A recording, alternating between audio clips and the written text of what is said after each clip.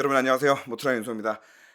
모두 감기 조심하시기 바랍니다. 제가 목감기가 너무 심하게 걸려가지고 목소리를 내는 게 지금 너무 힘든 상황에 하필이면 요 타이밍에 아이오닉 9 가격표와 카다록 이런 뭐 상세 재원들 옵션들 이런 것들이 다 공개가 돼서 이 영상을 지금 촬영하게 됐습니다. 그러다 보니까 제가 평소에 이제 목소리를 좀 크게 내는 게 사실은 제가 이 마이크를 여기 달고 하면 눈에 마이크가 안 보이잖아요. 그러다 보니까 여러분들이 멀리 계신 줄 알고 제가 멀리까지 좀 말씀을 전달드리기 위해서 항상 목소리를 좀 이렇게 크게 내는 경향이 있는데 오늘은 그렇게 크게 목소리를 냈다가는 목이 어떻게 될 것 같아서 이렇게 목소리를 크게 내지 못하도록 눈앞에 보이는 곳에 마이크를 좀 놓고 이렇게 촬영을 하고 있습니다. 자, 아이오닉 9 뭐 한 줄 평을 먼저 하라면 국내에서 EV9 뭐 결국에 잘 안 팔려가지고 할인도 많이 하고 그랬었는데 아이오닉 9은 괜찮은 모습 보여주지 않을까 이렇게 좀 기대가 됩니다. 그리고 사실상 마지막 eGMP 플랫폼 차량이에요. 그러니까 보고 계시는 자료상으로는 2024년에 아이오닉 7이라고 되어 있는데 어떻게 된 거냐 하실 수 있어요. 근데 요거는 이제 아이오닉 7이라는 이름으로 출시하기에는 23년에 요 기아 요게 EV9이거든요. 기아가 EV9이라고 출시를 했는데 우리는 아이오닉 7이라고 출시를 하면 뭔가 EV9보다 한 급 낮은 차처럼 인식되지 않을까라는 생각에 지금 차종은 7에서 9으로 이름이 바뀐 거고 출시 계획은 24년에서 25년으로 조금 밀리긴 한 건데 어쨌거나 이 현대기아차 그룹의 아주 큰 로드맵 수년 전에 발표했던 큰 로드맵으로 보았을 때 이제 마지막 eGMP 차량 아이오닉 9이 이제 드디어 출시가 됐다. 그리고 개인적으로는 그렇기 때문에 마지막 eGMP이기 때문에 조금 더 쏟아붓지 않았을까? 뭐 이제 그런 생각도 좀 드는 가격표를 보면서 든 생각이에요. 그래서 오늘 옵션 추천도 좀 드려보면서 또 이제 발표된 카다록이나 이런 것들을 바탕으로 어떤 새로운 기술들 적용됐는지 다음 주에 또 이제 실제 차를 타보러 가기도 하는데요. 실제 차를 타보러 가기 이전에 어떤 부분들이 저는 좀 기대가 되는지 그리고 또 여러분들께서는 제가 오늘 말씀드린 걸 바탕으로 해서 너 다음 주에 가면 이런 부분 좀 자세히 보고 와라 이런 것들 좀 댓글로 많이 남겨주시면 다음 주에 또 촬영하는데도 좀 도움이 많이 될 것 같습니다.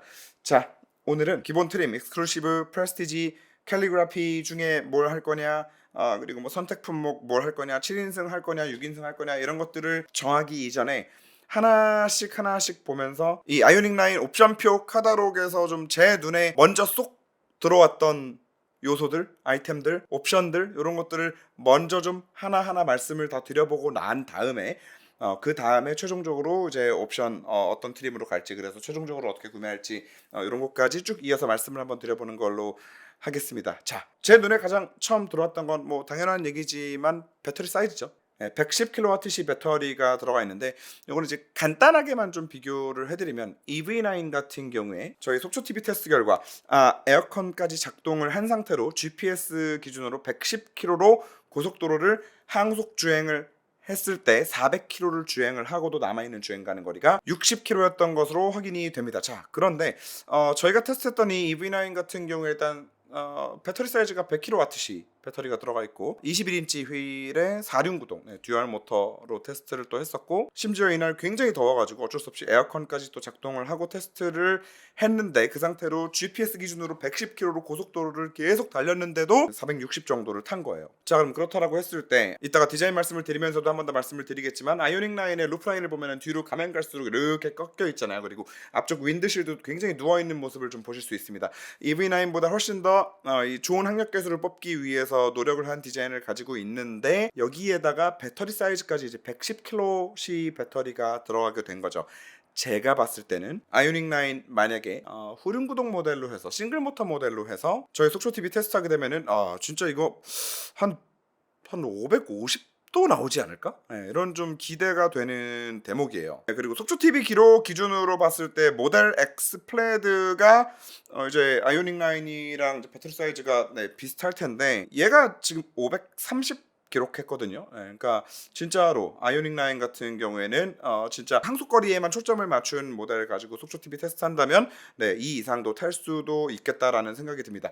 자, 이 고속 항속 주행 거리는 전기차에 있어서 정말 중요합니다. 단거리 시내 주행만 하는 차량들은 어차피 뭐 일주일에 한 번 여기 완속 물리나 5일에 한 번 물리나 뭐 그냥 그 정도 차이예요. 근데 고속 항속을 자주 하는 사람들이 전기차를 탈 때는 내가 당장 한 번 충전해서 부산까지 내려가고도 부산에 안에서 시내를 조금 더 돌아다니다가 호텔에 들어가서 충전을 물릴 때까지 이 차가 또 재충전 없이 버틸 수 있는데 없는데, 이게 너무나 중요하단 말입니다. 그렇기 때문에 전기차들 같은 경우에 특히나 아이오닉 9, EV9처럼 이런 패밀리카 용도로 사용할 수 있는 이 대형 플래그십 SUV들은 일회 충전 주행 가는 거리가 더더욱이나 좀 중요하다고 말씀드릴 수 있는데, 그런 측면에서 이제 진짜 이 대형 SUV들도 이 일회 충전 항속 주행 가는 거리에서 완전히 좀 이제 자유로워질 수 있는, 네, 이제 그 정도 레인지를 보여주지 않을까라는 생각에 이 배터리 사이즈 그리고 묶어서 항력 계수, 공기 저항이 굉장히 좋아진 거, 네, 요거 두 개 묶어서 주행 가는 거리 기대가 된다라는 말씀을 일단 처음으로 좀 드리고 싶었고요. 자, 그리고 일회 충전 주행 가는 거리 말씀을 드리면서 요 듀얼 모터 말씀을 안 드릴 수가 없는데, 이번에 굉장히 재미있는 게 있습니다. 이게 일회 충전 주행 거리 인증이 나온 게 보면요, 2륜구동 모델하고 이 앞쪽에 작은 출력의 모터가 추가되는 H-트랙 1, 그리고 앞쪽에 좀 큰 출력의 모터가 추가되는 H-트랙 2 전부 다 주행가는 거리 차이가 그렇게 많지가 않아요. 21인치 기준으로 하면요, 2륜 후륜 모델이 460이거든요. H-트랙 1 이제 듀얼 모터는 듀얼 모터인데 이제 작은 출력의 모터가 추가된 듀얼 모터, 이게 451, 그리고 여기서 출력이 엄청 높은 전륜 모터가 추가된 듀얼 모터 시스템인 H-트랙 2 같은 경우에는 449, 뭐 이렇게밖에 차이가 안 나요. 물론 고속도로 영역에서는 어차피 항속 주행만 쭉 하는 거니까 앞쪽 동력은 싹 끊어버리고 효율이 좋은 뒤쪽 모터만 가지고 후륜으로만 가지고 이제 고속 항속 주행을 하게 될 테니까 당연히 차이가 덜 나는 거 아니야라고 생각을 하실 수도 있는데, 지금까지의 다른 현대기아의 전기차들보다도 그 차이가 확연히 좀 줄어든 것 같아가지고 드리는 말씀입니다. 그래서 네, 여러 가지로 싱글 모터나 듀얼 모터도 H-트랙 1이나 2나 전부 다 속초를 빨리 좀 갔다 오고 싶은 그런 차량 드리라는 거, 까지 좀 말씀을 드리고, 좀 소소한 거 하나 말씀드리고 싶은 게 있는데, 이번에 카메라 클리닝 시스템이라 그래가지고 이거 많이 언급이 되는 것 같더라고요. 요거 바로 얼마 전에 여러분들이 한번 보신 적이 있습니다. 무슨 차에서? 팰리세이드에서. 그래서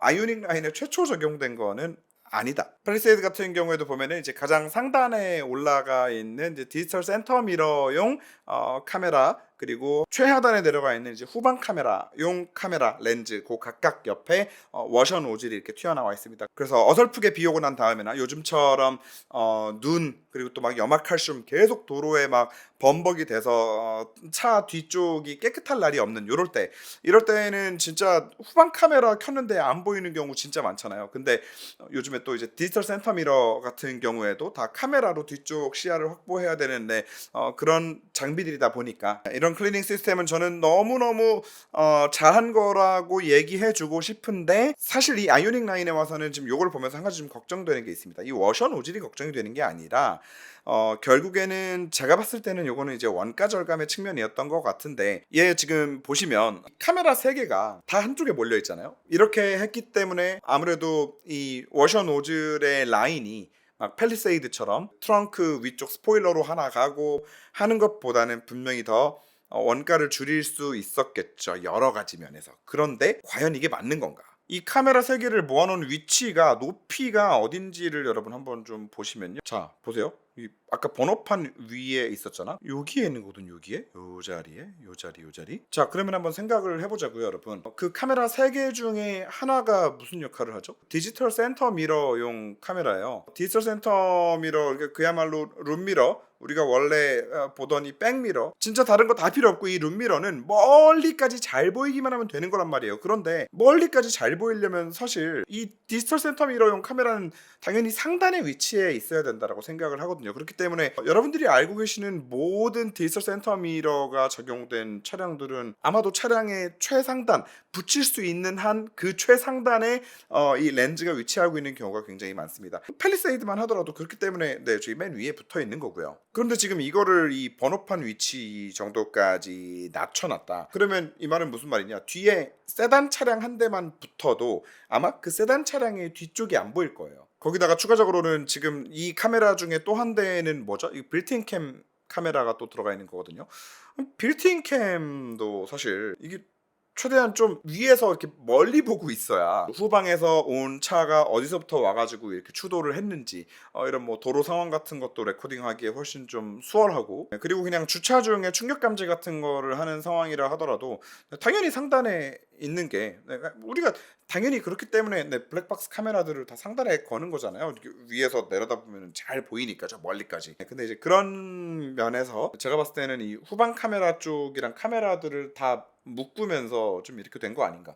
모르겠어요. 이 위쪽 스포일러 쪽에 간격이 워낙 없었다 보니까 그렇기 때문에 지금 내려온 건지, 뭐 원가 절감인지, 개인적으로는 워셔 노즐을 포함한 이 클리닝 시스템이 들어간 거 너무나도 이게 마땅한 거고 너무나 좋은 거지만, 어쨌거나 이게 들어가면서 카메라를 한 군데 다 모아놓는 바람에 디지털 센터 미러 그리고 빌트인 캠이 혹시라도 제 역할을 다 못하면 어쩌나라는 생각이 좀 드는 대목이더라고요. 그래서 또 하나 좀 말씀을 드려봤고, 그리고 지금 이 화면을 보고 있는 김에 하나 이제 또 좀 말씀을 드리면, 개인적으로 아이오닉 9은 되게 이 디테일을 하나하나를 뜯어가지고 보면은 되게 못생긴 차라고 생각을 합니다. 그런데 최종적으로는 이뻐요. 무슨 미친 소리냐면, 디테일을 보지 않고 이 차가 가지고 있는 요 실루엣을 보면 너무너무 저는 이 차가 예쁜 것 같아요. 특히나 요 옆에서 봤을 때 윈드실드가 싹 누워있는 상태에서 이 바로 꼭지점을 딱 찍고 끝으로 쫙 떨어지는 요 디자인,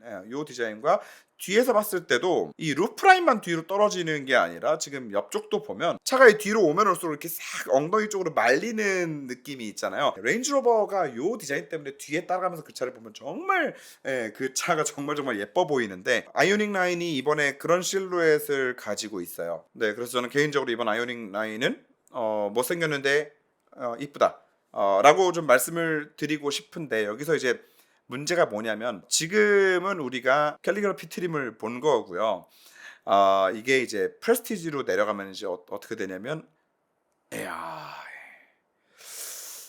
이게 여기 캘리그라피에서는 이 디테일이 못난 거를 이제 한 톤으로 싹 다 감춰놨는데, 프레스티지에 오면은 빡! 와, 이거 이 바퀴 바로 위쪽에 이거 일자로 찍찍 이거 눈썹 만들어 놓은 거, 이거 진짜 눈썹 같지 않아요? 나 이거 진짜 정말 볼 때마다 미쳐버릴 것 같은데, 아무튼 이제 이 프레스티지로 내려오는 순간 바로 요 못남이 좀 드러난다라는 거, 이 디테일이 보이는 바람에. 그리고 이게 흰색 하면은 좀 이거 좀 더 심하고, 이게 갑자기 엄청 고급스럽고 막 이쁜 그 실루엣이 싹 보이는 그런 차에서 갑자기 이거는 산타페의 옆모습만도 못한 그런 급의 차로 좀 갑자기 확 좀 바뀌어버리는 그런 느낌이 좀 있고요. 자, 그리고 여기서 이제 엑스클루시브로 하나 더 내려가잖아요. 자, 비교해서 보여드리면 잘 보세요. 프레스티지, 엑스클루시브, 프레스티지, 엑스클루시브. 여기 휀다 몰딩을 잘 보시면 광이 있었다, 없어졌다, 있었다, 없어졌다. 보이시죠? 이 익스클루시브까지 또 내려오게 되면 저 커다란 몰딩이 또 이제 그냥 그 무광 플라스틱이 들어갑니다. 그래서 이거는 진짜 저는 너무 아쉬워요. 이게 그리고 단지 몰딩의 디자인이나 몰딩의 이 컬러만 바뀌는 게 아니라 이 도어 트림 쪽도 굉장히 많이 바뀝니다. 이 도어 트림 쪽도 아예 이 하단에 굉장히 두껍게 들어가는 저 몰딩도 아예 사라져 버려요. 저는 이 차가 원래 못생겼는데 이쁘다라고 말씀드렸잖아요. 근데 이제 그게 프레스티지나 엑스클루시브에서는 그냥 못생겼다로 이제 그냥 끝나버리는 것 같아가지고, 이거는 이제 오늘의 본론인 옵션 추천으로 좀 얘기를 이제 끌고 들어와 보면, 와, 이거는 저는 웬만하면 합리적으로 좀 옵션을 추천을 드리고 싶어하는 사람이에요. 그렇기 때문에 산타페 같은 경우에도 가장 낮은 트림이 난 오히려 이 산타페의 투박한 이 각진 디자인과 굉장히 잘 어울린다고 생각을 했거든요. 그래서 오히려 디자인을 본다 하더라도 가장 아래 트림 선택하는 게 나쁘지 않은 선택이다, 그런 말씀도 항상 자주 드리고 하는데, 와, 이거는 저는 아이오닉 9C기나 타면서 고작 1,000만 원, 물론 1,000만 원이 작은 돈은 아니지만 그래도 어쨌든 7천만 원 되는 돈을 들여가지고 차를 사는데, 이왕에 1,000만 원 더 들여가지고 제대로 된 디자인으로 타는 게 이거는 맞는 거 아닌가라는 생각이 자꾸 들 정도로, 익스클루시브랑 프레스티지는 이거는 외관에서부터 급 나누기를 너무 심하게 해버려가지고 이건 완전 막 다른 급의 차처럼 보이게 만들어버리면 이게 맞는 건가라는 생각이 들거든요. 팰리세이드 같은 경우에도 이번에 외관에서 급 나누기를 좀 많이 해보려고 노력한 그 흔적들이 좀 역력했는데 아이오닉 9은 이 외관에서 끝 나누기 해버리는 거에 이 끝판왕 아닌가라는 생각이 듭니다. 그렇기 때문에 저는 캘리그라피로 기본 트림은 결정을 했고요. 이제 여기서부터 이제 또 이제 중요한 말씀을 하나 이제 드려야 될 게 있습니다. 바로 이 캘리그라피에 있는 eGMP 플랫폼 성능 셀프 레벨라이저. 이 셀프 레벨라이저 관련해서는 아마 별도로 영상 하나를 좀 만들게 되지 않을까라는 생각이 드는데, 원래 셀프 레벨라이저는 여러분 뭐냐면요, 우리가 차 뒤에 트레일러 뭐 캠핑카 이런 것들을 이제 끌고 다니게 되면 그 뒤쪽에 하중이 엄청나기 때문에 뒤쪽 서스펜션을 이렇게 주저앉게 되는 일이 생깁니다. 그리고 뭐 꼭 그런 이제 어떤 거를 이제 견인하는 상황이 아니라 하더라도 막 2열 3열까지 사람 꽉꽉 찬 상태에서 막 트렁크에 짐까지 막 때려 실어 그래서 막 너무 무거운 상태에서도 이제 뒤쪽 쇼바가 좀 가라앉게 되겠죠. 근데 이 뒤쪽 쇼바가 가라앉게 되면은 여러 가지 문제가 생깁니다. 뭐 헤드라이트 조사각이 뭐 들리는 문제도 있을 거고, 물론 뭐 이거야 요즘에 다 또 셀프 레벨링을 하기는 하지만, 그냥 간단하게 생각했을 때 이 차를 처음 만들 때 네 바퀴에 각각 어느 정도씩의 하중이 분산되는 게 가장 안전하겠다라는 거를 연구하시는 분들이 다 계산하고 정말 수천 수만 번의 여러 가지 테스트를 반복해서 지금 이 차를 만든 거잖아요. 그런데 뒤쪽만 이렇게 눌려 있는 상태로 뒤쪽에만 엄청나게 많은 하중이 쏠린 상태로 다니게 된다면 급제동 시 그리고 급선회 시 모든 상황에서 위험한 상황이 생길 수 있는 거죠. 그러니까 기존에 있는 쇼업 쇼바를 빼내고 셀프 레벨라이저 기능이 들어가 있는 쇼업 쇼바를 갈아 끼우는 거예요. 그래서 대표적으로는 구형 팰리세이드, LX2 팰리세이드 같은 경우에는 이 셀프 레벨라이저가 액세서리로 그 트레일러 패키지에 포함돼 가지고 판매가 됐었습니다. 사실 그게 너무나 당연한 거예요. 그런데 이번에 아이오닉 9에 와서 갑자기 뜬금없이 캘리그라피에 올라왔더니 심지어 뒤에 트레일러 패키지는 따로 옵션이 있어요. 액세서리가 트레일러 패키지는 135만원짜리가 따로 있는데 이 셀프 레벨라이저를 거기다가 묶어놓지 않고 그냥 캘리그라피에 올라왔더니 그냥 기본으로 들어가 있다라는 거지. 여기서 더 재미있는 건 프레스티지 등급에서는 그럼 어떤가 봤더니 이 셀프 레벨라이저가 21인치 휠 타이어 옵션에 같이 묶여 있다는 거. 이게 너무 이해가 안 돼가지고 한참을 뒤졌더니 EV9이 출시됐을 당시에 기아 쪽 연구원분들이 나오셔가지고 인터뷰했던 내용이 있더라고요. 결론으로 한마디로 정리해서 말씀을 드리면, 현대기아는 지금 이 셀프 레벨라이저를 이 승차감 목적으로 사용을 하고 있습니다 지금. 전 진짜 너무 깜짝 놀랐어요. 그리고 솔직히 말씀드리면 제가 전에 리뷰했던 EV9의 승차감을 그렇게 욕하면서 저는 그 차의 기본 옵션으로 그 차에도 21인치 휠과 묶여서 셀프 레벨라이저가 들어가 있을 거라고 상상도 못하고, 가격표에서 사실 그걸 확인해 볼 생각도 안 했고 누구도 저에게 알려주지 않았고, 사실 제가 알아봤어야 되는 건데 못 알아본 저의 잘못이지만, 저는 EV9에도 이게 제가 탔던 차에 들어가 있었다라는 거를 이번에 아이오닉 9을 준비하면서, 이 영상을 준비하면서 처음 알게 됐습니다. 그래서 현대기아가 도대체 이 셀프 레벨라이저를 가지고 어떻게 승차감을 확보를 하겠다는 거냐. 일단 첫 번째는 이 셀프 레벨라이저가 들어가는 순간 이 차에 들어가는 스프링 있죠? 스프링의 두께가 얇아집니다. 스프링이 두께가 얇아진다라는 거는 그만큼 이 스프링이 버틸 수 있는 힘이 약해진다라는 거죠. 그만큼 물렁물렁해진다. 물렁물렁해지는 만큼 어떻게 될까요? 차는 좌우로 롤이 많이 발생할 수 있겠죠. 하지만 괜찮다. 왜냐? 셀프 레벨라이저가 있으니까 이 셀프 레벨라이저가 이거를 좌우로 발생하는 롤을 잡을 수 있을 거야 라고 현대기아는 지금 주장하고 있는 것 같아요. 그리고 EV9, 아이오닉 9 지금 두 차종 모두 다 이거를 21인치 휠 타이어랑 옵션을 묶어가지고 제공을 하잖아요. 결국에 그 말은 무슨 말이냐면, 이 무거운 차량의 승차감과 고속 안정감과 이 모든 것들을 한 번에 두루두루 다 잡으면서도 이런 잔진동들까지 다 잡아내기가 너무 어려우니까 21인치 타이어, 이렇게 얇은 타이어가 들어갈 때는 이 더 심해지는 잔진동을 어떻게든 잡기 위해서 스프링을 약한 걸 쓴 대신에 롤이 발생하는 거는 셀프 레벨라이저로 잡겠다. 지금 이런 식으로 간 거 아닌가라는 생각이 들거든요. 그리고 솔직히 말씀드리면은 저는 바로 이 포인트 때문에 EV9의 승차감이 제가 그렇게 느꼈던 거 아닐까라는 생각을 합니다. EV9 리뷰 기억하시는 분들 있으실지 모르겠지만, 저는 그 차의 그 뒤뚱거림을 정말 참을 수가 없었거든요. 뒤뚱거려요, 계속해서. 그리고 그냥 뒤뚱거리는 것도 아니고 내가 예측하지 못하는 타이밍에 뒤뚱거린다라는 게 사실 제가 그 차의 승차감을 엄청 안 좋다라고 얘기했던 핵심이었는데, 지금 이렇게 이 무거운 차에 스프링을 약한 걸로 넣어버리고 셀프 레벨라이저로 이거를 보상하겠다라고 지금 아이오닉 9에도 이렇게 해놓은 거를 보니까, 그리고 이제서야 EV9이 그랬다라는 걸 알게 되니까 네, 그 승차감이 조금 이해가 됩니다. 이 셀프 레벨라이저라는 거는요, 여러분들 똑같이 쇼바처럼 생겼고, 얘가 혼자서 어느 정도 수준의 레벨을 유지할 수 있는 능력을 가지고 있는 쇼바구나 정도까지는 이해를 하시겠지만, 중요한 거는 이겁니다. 얘가 무슨 에어 서스펜션이나 뭐 전자제어 서스펜션이나 유압제어 서스펜션들처럼 엄청나게 빠른 속도로 빠릿빠릿하게 움직여서 그 위치를 막 딱 유지를 하고 하는 게 아니에요. 얘는 그 레벨을 유지하러 가는 데까지 시간이 오래 걸립니다. 그러면 생각을 해보면, 그냥 제 추론이에요. 추론. 이게 아직 팩트는 아닙니다. 자, 21인치 휠이 들어가면서 승차감을 잡기 위해서, 잔진동을 잡기 위해서 스프링을 좀 더 약한 걸 꼈어. 스프링을 약한 걸 꼈더니 어떻게 됐어? 롤이 발생했어. 당장에 요 철들은 좀 잘 걸을지언정 고속으로 올라가니까 막 롤이 막 생기는 거야. 그리고 여기서 발생하는 이 롤을 셀프 레벨라이저가 잡아. 근데 셀프 레벨라이저가 빠릿빠릿하지를 못해. 그러니까 한 반박자, 두 박자, 세 박자씩 느리게 계속 이렇게 잡아.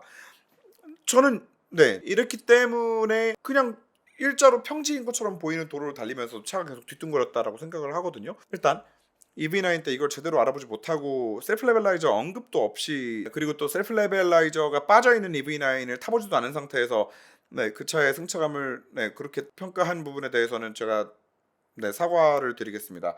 그거는 어쩌면 정정해야 될 수도 있을 것 같아요. 이번에 아이오닉 9 타보고 나서 EV9도 하위 트림을 좀 바로 좀 시승을 해볼 예정인데, 아이오닉 9 얘기로 좀 돌아오면, 이 아이오닉 9도 저는 네, 그런 사태가 질까봐 조금 두렵습니다. 그리고 불행 중 다행이라고 해야 되는 건지는 또 모르겠지만, 여기 옆에다가 19인치 휠 타이어로 돌아갈 수 있는 캘리그라피를 선택을 하기는 하지만, 나는 19인치 휠 타이어를 사용하겠어, 이런 분들이 있으실 수 있잖아요. 그런 분들을 위해서 또 여기 마이너스 100만 원, 이 마이너스 옵션을 또 하나 만들어 놨어요. 재밌는 거는 이 19인치 휠 타이어를 선택하잖아요. 마이너스 옵션을 딱 때리면 셀프 레벨라이저도 같이 빠져요. 요 포인트는 어쨌든 이번에 시승을 하러 가게 되면은 가서 타보는 시승차에 이게 지금 들어가 있는 차가 있을지 뭐 안 들어간 차가 있을지는 모르겠지만, 웬만하면 시승차는 다 풀옵션으로 준비를 해주시기 때문에 아마 들어가 있지 않을까요? 그러면 타보고 또 이제 좀 말씀을 드리면 되지 않을까라는 생각이 들고, 요거 관련해서는 여러분들도 여러분의 생각을 좀 남겨주세요. 이게 신기하게 EV9 때도 셀프 레벨라이저 얘기는 댓글에 잘 없더라고요. 지금 다시 봐도 없더라고요.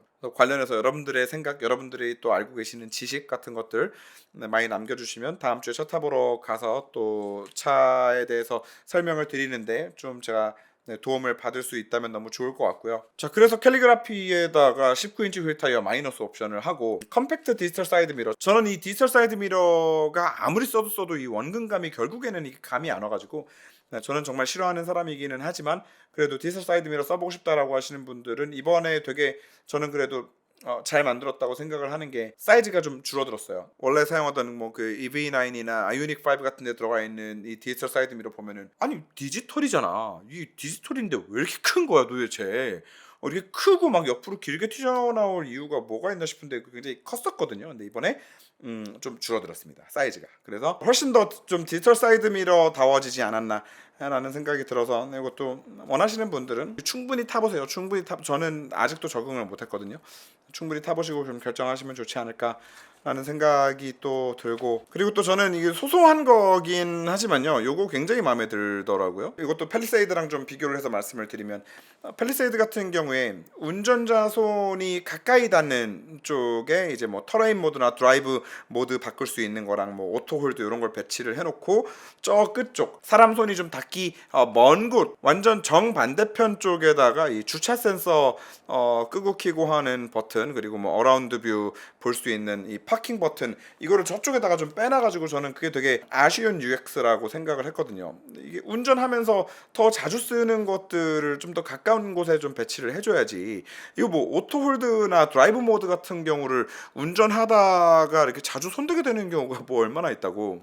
이거 좀 위치가 바뀌었어야 되는 거 아니냐라고 말씀을 드렸는데, 지금 아이오닉 9 같은 경우에는 이 모든 것들을 한 군데 깔끔하게 싹 모아서 운전하면서 딱 이 콘솔 박스에 손 닿는 위치에다가 아주 깔끔하게 잘 만들어 줬습니다. 그래서 굉장히 좀 마음에 드는 포인트라고 말씀드릴 수 있고, 그리고 요거 얘기하다 보니까 이제 또 생각난 게, 그 마찬가지로 팰리세이드 말씀을 또 드려야 되는데, 팰리세이드 USB 포트를 여기 무선 충전 하는 그 센터 콘솔 바로 앞단에다가 45도로 세워가지고 이렇게 세 개를 빡 박아놨었잖아요. 이거 진짜 더러워가지고 관리 안 된다, 이거 막 좀 난리를 제가 쳤었는데, 다행히 아이오닉 9 같은 경우에는 그 하단 쪽에 이 러기지 박스 위쪽으로 해가지고 혹시라도 케이블 꽂더라도 그 아래쪽으로 다 내려서 깔끔하게 정리해서 이 위쪽에 거슬리지 않을 수 있도록 그런 거 배치 되게 잘 한 것 같더라고요. 여러 가지로 굉장히 신경을 좀 디테일하게 많이 쓴 차량이라는 느낌이 듭니다. 네, 뭐 몇 가지 이런 좀 아쉬운 옵션질들 때문에 조금 내 짜증이 나기는 하지만, 어쨌거나 제일 중요한 거는 또 타보고 나서 최종적으로 이 차의 느낌이 어떤지, 또 이 셀프 레벨라이저 이브9처럼 그런 좀 또 뒤뚱거리는 느낌이 있는지 없는지, 이런 것들 또 잘 말씀을 드려봐야겠죠. 다음 주 화요일 차를 타러 가고요. 아마 목요일이 엠바고 풀리는 날일 겁니다. 그래서 목요일 날 오전에 아마 영상 여러분들이 시청하실 수 있지 않을까, 이렇게 생각이 들고, 그때까지 목 상태 잘 회복해서 가서 영상 재밌게 또 찍어오는 걸로 하겠습니다, 여러분. 다시 한번 감기 조심하시고요. 네, 예, 그렇습니다. 예, 막상 이 앞에 있어도 나름대로 크게 얘기했는데 어떨지 모르겠네. 네, 빨리 다시 소리 지르고 싶습니다. 네, 네.